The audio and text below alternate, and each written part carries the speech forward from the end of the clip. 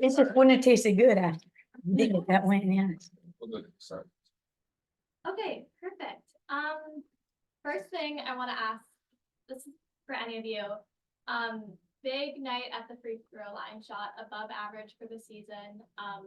Had, was it 22 made free throws? How important was like those fundamentals, like being able to make those points in such a close game like this? Really important. And Dre came up with some clutch free throws. Toddy came up with some clutch free throws earlier on in the game. I mean, that's something we work on free throws. We're a really good free throw shooting team. It just our stats never look like it, but in practice, we shoot. Tell them we shoot the ball really well from the free throw line. So I just think it's now hopefully this game will give us a little bit more confidence of upping that percentage from here on out. And then when you have such a back and forth game, I mean, like 14 lead changes, what are you looking for in your players to sort of set you apart to get that lead, to maintain that lead? Pretty much, we try to put all of our focus in those cases on the defensive end and say, okay, control what you can control. So, crash the boards on the offensive end if something doesn't go in. Make sure on the defensive end we're blocking out and we're keeping with our assignments that we need to do. And then pushing tempo, right? As far as pushing the ball in primary, if we don't get it, then set up and wait on screens and be a little bit more poised on the offensive end. What did you guys? Yeah, I think just keep being aggressive on defense. I think that's what really helped us to translate that into offense. I agree.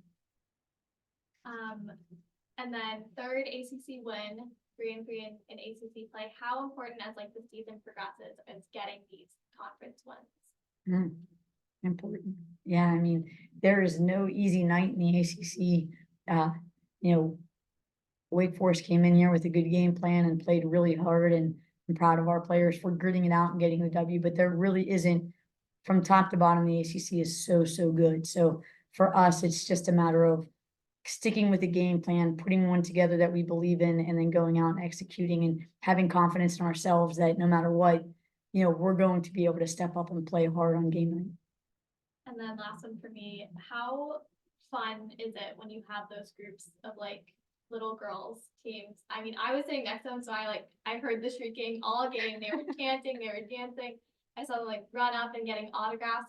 What does it mean to you to be like a mentor for them, that they can look at you play and say, one day I can be like that? Yeah, it's so amazing because like we were just like that too. Like we were the ones asking for autographs and everything. So it's really cool to do that. Yeah, I mean, like we're playing the game and like they're on the sideline, like literally screaming our names. So I think that's really cool. And if I, as a mom, if I was going to pick role models, it would be our team. These young ladies work their butts off in the classroom. They work hard on the court, and they give a lot with community service and just of themselves. They're very selfless young women. So if I was picking role models, I'd pick these guys every time. Thank you. Okay, Dan. Oh, damn. Coach, when you have your two players here who have their breakout, and I know they've had some offensive performances, especially this season, that have been pretty good. But tonight, to see them kind of play off of each other the way that they did, where Teya had the big second, third quarter, and Tiana has that big fourth quarter, third quarter as well. Just what does that kind of illustrate to you within the system of having the unpositional play that these guys can do that and play off of each other like that? I think it shows that they have some good chemistry on the court. And at times today, I think that was a little bit faltered, right? We didn't always look like we had great chemistry. But one thing I can say with both of these ladies sitting next to me is they put so much time in on their own to make sure when the game is in crunch time that they can step up and play.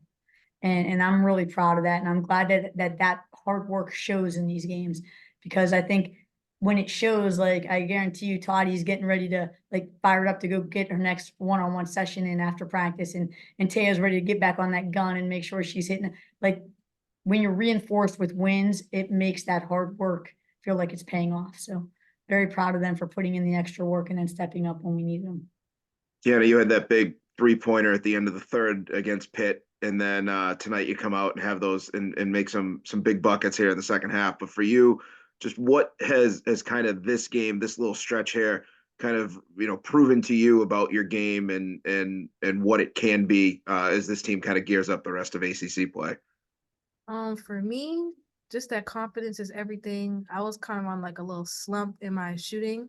So like what Coach Max said, I put in a lot of work, and just having confidence in the work that I put in to my game, all around game too. And to kind of the same idea, you had the double against Pitt, and then 15 and 7 tonight. Just how is the ability to play off the rest of the team too fed you to be able to have some of those numbers that you're combining with blocks and assists and that whole all around aspect. Yeah, I think just sorry, what was the question? Just how are you able to play off and bounce off of everyone like that when you're getting that production? Oh yeah, so the team's like great at like just running the floors, opening lanes and all of that, and we like to play fast and play up and down, and when our defense is aggressive, transition that to offense. So I think it just in that way, if that makes sense. And just last, is it tough like in the fourth when you have those start and stops with the fouls and timeouts? Is it tough to keep momentum going when like you want to run and then you have like a stoppage with the foul and then you gotta take your free throws and then you gotta go on the timeout? Like how hard is that? I've never actually like thought about like when you're trying to run the floor that it's gonna stop. I think it's fun. I mean, as soon as you get the ball, they come right at you. You don't got to do too much. And you'll put some throws in. So yeah. Yeah, I think the close games, as much as I would much rather not have them, it is kind of what we live for, right? It's kind of what makes basketball fun. I know our fan base gets really excited for the close games.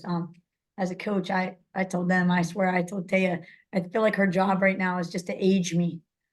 Right? Like I went into the game my age and I came out like 10 years older. So got raised now. Thanks. Just keeping it Appreciate that. exciting. No problem.